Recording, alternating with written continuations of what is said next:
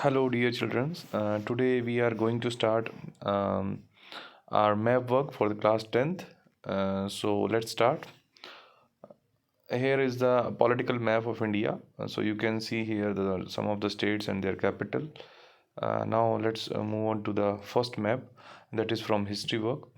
So first here is a map of nationalism in India, that is history chapter number 2nd. So let's start. Now you can see here Indian national Congress session, जो कि आपको पता है कि तीन जो है इंडियन नेशनल कांग्रेस सेशन जो है हमारे हुए हैं, और तीनों में से एक जो है वो 100% पूछा जाएगा आप लोगों से in the final examination. So you must be prepare for it. First जो है हमारा यहाँ पर है place where Indian national Congress session was held in September 1920. तो आपको जो है एग्ज़ाम में क्या दिया जाएगा, एग्ज़ाम में आपको दिया जाएगा कि जो है हमारा फर्स्ट जो है इंडियन नेशनल कांग्रेस सेशन, बस आपको इतना ही दिया जाएगा, first Indian national Congress session in 1920. Somewhat इस तरह से ही कुछ आपको दिया जाएगा. आपको मैप के ऊपर जो सेशन है वो कहाँ हुआ और उसका क्या डेट था, क्या मंथ था, वो आपको लिखना रहेगा. तो बहुत अच्छे से आप लोग इसको कर लेंगे. तो हमारे पास 3 सेशन हैं और इसके बाद हमारे पास जो है इम्पोर्टेंट सेंटर्स जो हैं इंडियन नेशनल मूवमेंट के, तो वो हमारे जो है 6 जो इंडियन नेशनल जो अपना इंडियन नेशनल मूवमेंट हुआ था उसके 6 जो सेंटर हैं उसमें से कोई भी आपसे एक क्वेश्चन जो है यहाँ पर पूछा जाएगा. तो 2 नंबर का इस अकेले एक मैप से 2 नंबर का क्वेश्चन आना है, तो आपका 2 नंबर यहीं पूरा हो जाएगा. अगर आप अच्छे से इस मैप को जो है कई बार इसका जो है प्रैक्टिस आप कर लेते हैं तो आपका कमांड पूरा बन जाएगा इस मैप के ऊपर, और बहुत आसान भी है. तो चलिए स्टार्ट करते हैं. यहाँ पर हमारा जो है आप देख पा रहे हैं तीनों, पहले हम कांग्रेस सेशन लेंगे.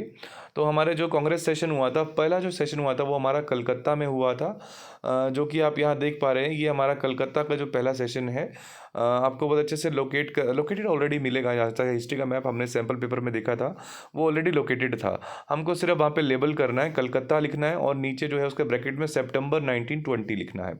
सेम वे जो हमारा जो सेकंड सेशन है वो महाराष्ट्र में हुआ था. महाराष्ट्र में जो है आपका पता है कि यहाँ पर नागपुर में हुआ था दिसंबर 1920 में. तो आप इसका जो लोकेटेड आप मुझे लगता है जहाँ तक मिलेगा, लेकिन फिर भी आप लोग देख लीजिए नॉर्थ ईस्ट में जो है हमारा नागपुर में जो है हमारा जो सेशन हुआ था दिसंबर 1920 में, तो ये वो हो जाएगा. तीसरा सेशन जो हुआ था इसमें आपको मंथ नहीं याद रखना है, सिर्फ तमिलनाडु में जो ऊपर है चेन्नई वाला पोर्शन वहीं पर आपको मद्रास मिल जाएगा. तो मद्रास में 1927 में हमारा जो तीसरा जो है जो हमारा सेशन हुआ था इंडियन नेशनल कांग्रेस का, तो तीनों में से एक 100% आएगा. तो आप लोग इसको बहुत अच्छे से कर लेंगे, कोई दिक्कत नहीं है. मैप वर्क जो मैप पे ही करना है आप लोगों को, मैप पे ही पूरी तरह से लोकेट करना है. एग्जामिनर के लिए बिल्कुल ईजी बना देना है, वहीं पर ही लिखना है एकदम जो लोकेटेड एरिया है वहीं पर ही आप लिखेंगे पूरा डेट के साथ, और पूरा जो है एरिया का जो नाम है, जैसे कलकत्ता है, नागपुर है, मद्रास है, उसका डेट क्या है, वो सब आप लिख कर आएंगे इसके अंदर. तो पहला मैप हो गया आपका इसके अंदर, एक नंबर यहाँ पर आपका कंफर्म हो चुका है. बात करते हैं हम नेक्स्ट मैप में, जो हमारे जो इंडियन नेशन जो हमारा फ्रीडम मूवमेंट हुआ था उसमें जो जो मेजर सेंटर थे उनके बारे में हम बात करते हैं. तो यहाँ पर हमारे पास टोटल 6 सेंटर हैं. 6 सेंटर में आपको जो है सबसे पहला जो सेंटर है वो है आपका अमृतसर, जो कि आपको पता है यहाँ पर जलियांवाला बाग इंसिडेंट हुआ था. तो आपको ध्यान रखना है वहाँ पर आपको अमृतसर मार्क करना है, ना कि जलियांवाला बाग ही इंसिडेंट. आप वहीं का वहीं लिख कर आ जाते हैं, कुछ बच्चे सिर्फ जलियांवाला बाग इंसिडेंट ही लिख देते हैं, तो वो गलत होगा, उसका नंबर आपको नहीं मिलेगा. आपको वहाँ पे लिखना है अमृतसर और नीचे ब्रैकेट में लिख दीजिए जलियांवाला बाग इंसिडेंट, तभी आपको पूरा मार्क्स मिलेगा. तो ये आपको दिख रहा है एकदम जो है हमारा पाकिस्तान बॉर्डर से लगता हुआ एरिया है हमारा, जो है नॉर्थ जो है हमारा पंजाब का नॉर्थ वेस्टर्न पार्ट रहेगा ये. इसके बाद जो दूसरा जो है हमारा, अगर हम यहीं पर आए हम लोग, तो हमारा इसके बाद आपको पता है कि हमारा जो है एक मूवमेंट जो था जो है वो जहाँ पर आपको पता है इंडिगो प्लांटेशन जो मूवमेंट था वो चलाया गया था, और वो चलाया गया था आपका कहाँ पर, चंपारण में. तो ये बहुत इंपॉर्टेंट है आपके लिए. ये आपको दिख रहा है बिहार में एकदम जो है आप देख पा रहे हैं, नॉर्थ में और वेस्ट में बिहार के है, एकदम यूपी के बॉर्डर से लगता हुआ जो एरिया है वो आपका है चंपारण. तो यहाँ पर आपका इंडिगो प्लांटेशन जो मूवमेंट हुआ था वो आपको लिखना है. तो आपको इंडिगो प्लांटेशन मूवमेंट दिया मिलेगा क्वेश्चन पेपर में, आपको बस चंपारण लिख देना है और उसके ब्रैकेट में पॉइंट में जो है ब्रैकेट में लिख देना है इंडिगो प्लांटेशन मूवमेंट. नेक्स्ट है हमारा जो है यहाँ पर आपको क्वेश्चन पूछा जाएगा, calling of the non cooperation movement. जो गांधी जी ने हमारा जो विड्रॉ किया था, जो आपका नॉन कॉपरेशन मूवमेंट है, तो वो आपको पता है चौरी चौरा में ही जो है एक पुलिस स्टेशन को आग लगा दी थी, वहाँ पर फायर कर दिया था। तो उसी के बाद जो है गांधी जी ने ये जो अपना नॉन कॉपरेशन मूवमेंट था वो वापस ले लिया था। तो ये आप देख पा रहे हैं बिल्कुल एकदम जो है यूपी के नॉर्थ वेस्टर्न पार्ट में है, और वो भी बिहार के बॉर्डर पे है कहीं ना कहीं। तो दोनों बहुत ही आसपास में हैं, ये आप ध्यान रखना। चौरी चौरा जो है वो आपका यूपी में है, चंपारण आपका बिहार में है। तो ये जो तीसरा मूवमेंट हुआ था वो हुआ था आपका चौरी चौरा में, calling of the non cooperation movement. इसके बाद जो है हमारा हम बात करते हैं, ये जो तीन आपको दिए हुए हैं ये तीनों थोड़े से टाइट हैं, लेकिन तीनों के तीनों बहुत आसान हैं। तो हम लोग अभी देखते हैं इसको। सबसे पहले हम बात करते हैं ऊपर से अहमदाबाद के बारे में। तो अहमदाबाद आप देख पा रहे हैं यहाँ पर, अहमदाबाद में जो है, अहमदाबाद में आपका क्या हुआ था, यहाँ पर जो कॉटन मिल वर्कर्स ने जो सत्याग्रह किया था ये उसके बारे में है। तो कॉटन मिल वर्कर्स सत्याग्रह, तो आपको जो है यहाँ पर अहमदाबाद लिख देना है, ब्रैकेट में आप नीचे लिख देंगे कॉटन मिल वर्कर्स सत्याग्रह। देन जो कन्फ्यूज़न आता है बच्चों को चंपारण में और खेड़ा में, क्योंकि वहाँ पर भी पीजेंट थे, यहाँ पर भी पीजेंट थे, लेकिन वहाँ पर जो पीजेंट थे उन्होंने जो है इंडिगो प्लांटेशन के लिए जो है, और यहाँ पर जो था वो कहीं ना कहीं जो आपका जो उनका रेंट था या उनके ऊपर जो टैक्सेस लगाए जा रहे थे उसमें वो जो है वो चाहते थे कि उनको कम किया जाए। तो ये यहाँ पर हुआ था पीजेंट सत्याग्रह। तो ये था आपका जो है एग्जाम में मिलेगा आपको पीजेंट सत्याग्रह। तो ये आपका खेड़ा में हुआ था पीजेंट सत्याग्रह। लास्ट जो है हमारा वो है जहाँ से जो है आपका सोल्ट लो ब्रेक किया था गांधी जी ने। आपने सोल्ट मार्च पढ़ा होगा या डांडी मार्च पढ़ा होगा, जिसमें हमने देखा था कि साबरमती से 240 मील चलकर वो डांडी गए थे। तो ये आपका जो है डांडी जो है यहाँ पर आप देख पा रहे हैं नीचे। तो डांडी में क्या हुआ था, आपसे दो चीज़ें पूछ सकते हैं यहाँ पे, जैसे mark of the civil disobedience movement. आपको पता है कि यहाँ से सिविल डिसोबीडेंस मूवमेंट जो है वो यहाँ से शुरुआत माना जाता है, कि यहीं से इसकी जो है शुरुआत हुई। तो मार्क जो हम कह सकते हैं कि एकदम मार्क है ये नॉन सिविल डिसोबीडेंस मूवमेंट का। तो ये हुआ था डांडी में। तो बहुत ईजी है, डांडी में क्या हुआ था, सोल्ट लॉ ब्रेक हुआ था, या फिर यहीं से सोल्ट लॉ से ही जो है हमारा सिविल डिसोबीडेंस मूवमेंट स्टार्ट हुआ था। तो ये हमारा जो है पूरा मैप हो गया। तो आप ऊपर देख सकते हैं सारे जो है हमारा एरिया दिया, जो 3 सेशन है, कोलकाता सेशन है, नागपुर सेशन है दिसंबर 1920 का, कलकत्ता जो था सितंबर 1920 का था, और मद्रास जो है वो आपका 1927 का था। इसके बाद 3 हमारे नेशनल मूवमेंट हुए हैं अच्छे, जो हमारे सेंटर्स हैं नेशनल मूवमेंट के, अमृतसर है और चंपारण है इंडिगो प्लांटर्स का, खेड़ा है पीजेंट सत्याग्रह, चौरी चौरा है calling of the non cooperation movement, जो आपका कॉटन मिल वर्कर सत्याग्रह हुआ था अहमदाबाद में हुआ था, और place associated with the Jallianwala Bagh incident वो अमृतसर है हमारा। Place where Gandhi ji broke salt law तो वो हमारा डांडी है ना। तो ये हमारा पहला मैप है और ये 2 नंबर का है, यहीं से आपके 2 नंबर पूरे। नेक्स्ट हम बात करेंगे अगले मैप की। तो ये हमारा मैप है सॉइल के लिए, टाइप ऑफ सॉइल, जो कि हमारा बहुत आसान मैप है, ज्योग्राफी में हम एंटर कर चुके हैं। तो ज्योग्राफी का जो आपका जो सॉइल है इसके अंदर जो है हमारे पास रिसोर्स एंड डेवलपमेंट चैप्टर है हमारा। इसमें हमारे पास कुछ जो है यहाँ पर 6 टाइप की सॉइल है, जो कि बहुत आसान है, अगर आप इसको देखेंगे आसानी से आप समझ सकते हैं। तो सबसे पहले जो है हमारे पास आपको पता है कि जो हमारी फॉरेस्ट सॉइल है, जिसको हम माउंटेनियस सॉइल भी बोलते हैं, तो ये आपको जहाँ पर आप ऑलरेडी जो माउंटेनियस एरिया है तो वहीं पर आपको फॉरेस्ट सॉइल मिलेगी। तो बहुत ईजी है आपके लिए। तो ये आपको कहाँ मिलेगी, जम्मू कश्मीर में या लद्दाख वाला जो हमारा रीजन रहेगा। और इसके बाद जो है हमारा जम्मू कश्मीर लद्दाख का रीजन हो जाएगा। देन हमारे पास यहाँ पर हिमाचल प्रदेश हो जाएगा, उत्तराखंड हो जाएगा, इधर से सिक्किम हो जाएगा, और फिर हमारा अरुणाचल प्रदेश हो जाएगा। तो ये कुछ एरियाज़ हैं जहाँ पर हमें जो है माउंटेनियस या हमारे पास जो हमारी फॉरेस्ट सॉइल है ये हमें मिलती है। तो एकदम क्लियर हो गया।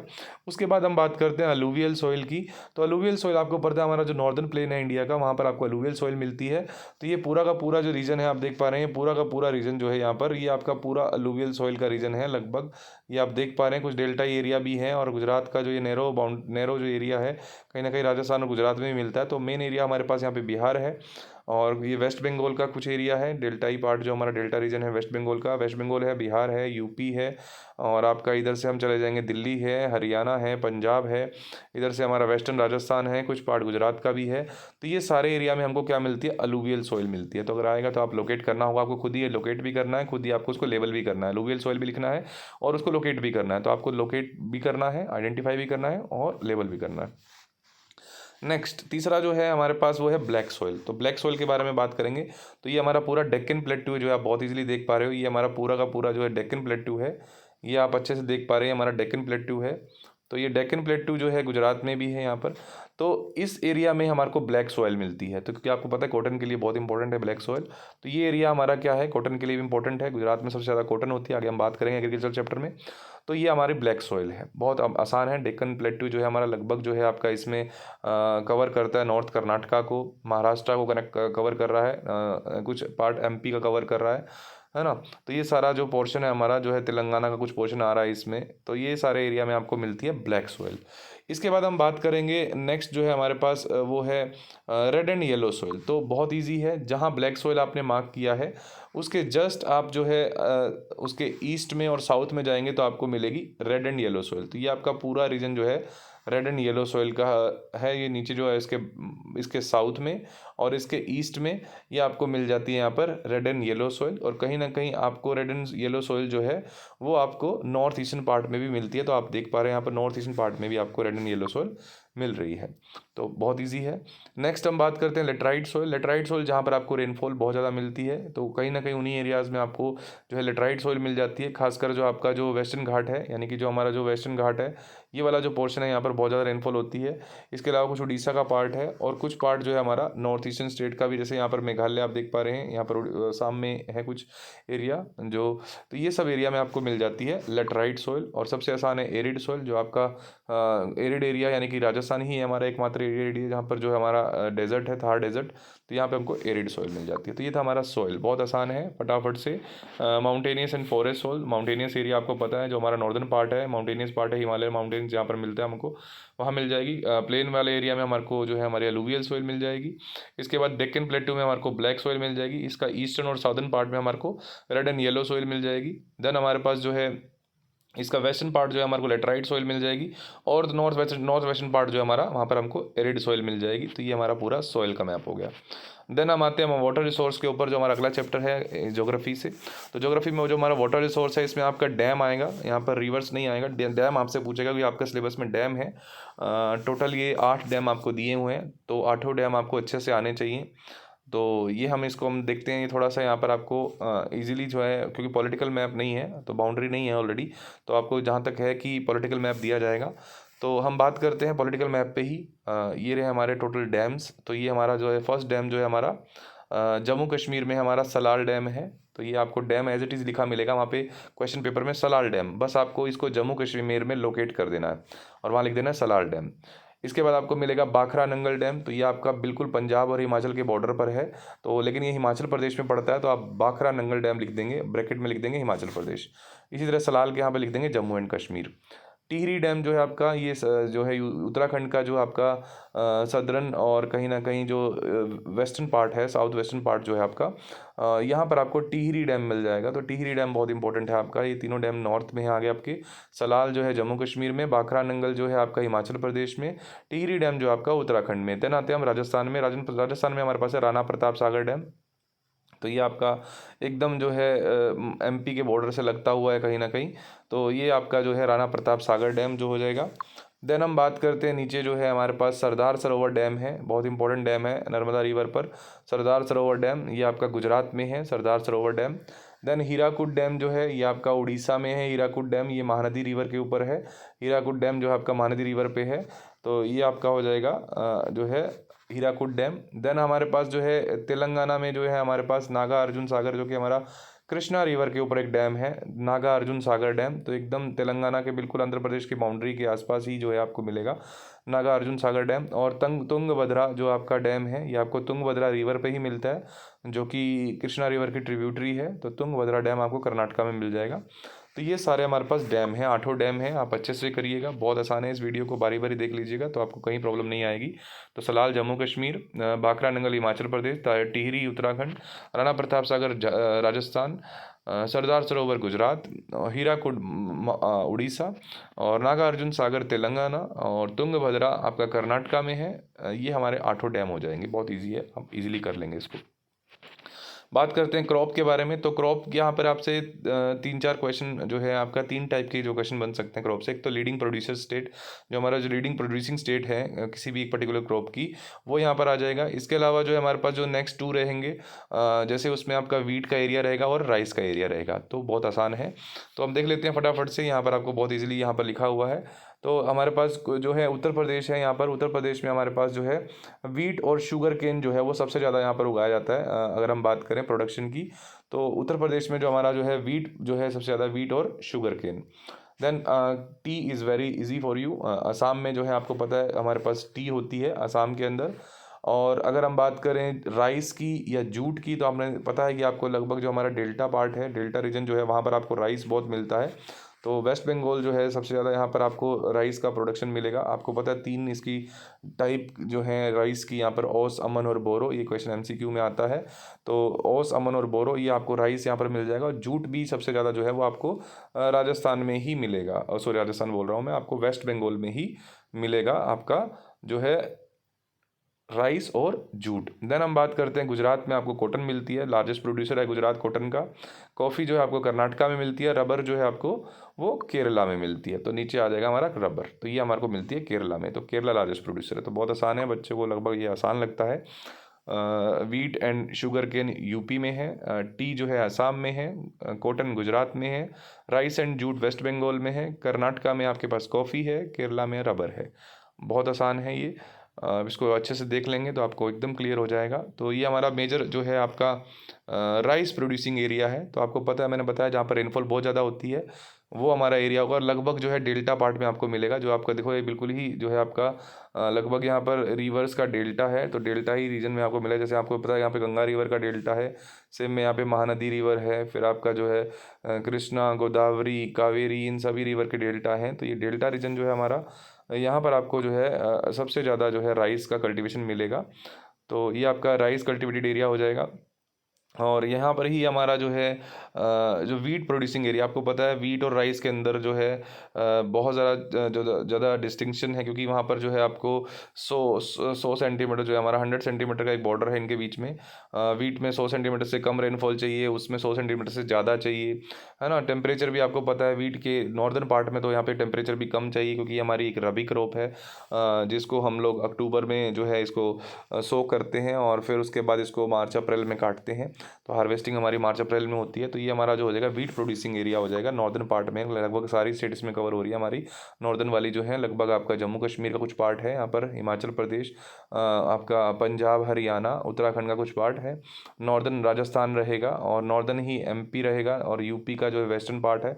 तो लगभग ये सारा एरिया जो है आपका इसमें कवर हो जाएगा। तो ये हमारा वीट प्रोड्यूसिंग एरिया था। इसके बाद हम बात करते हैं मिनरल एंड एनर्जी रिसोर्स की। बट आई थिंक मुझे जो है ये वीडियो यहीं पर ही ख़त्म करनी है अभी, क्योंकि मैं इसको 2 पार्ट में लेके आऊँगा। क्योंकि बड़ा हो जाएगा तो थोड़ा बोरिंग हो जाएगा बच्चों के लिए। 2 पार्ट में ये वीडियो आएगी। तो आप लोग इसको जो है अच्छे से देखिएगा और आपका एकदम क्लैरिटी हो जाएगी। इसके जस्ट बाद मैं आपका एक और वीडियो भी इसमें डाल दूँगा, अपलोड कर दूँगा। तो थैंक यू।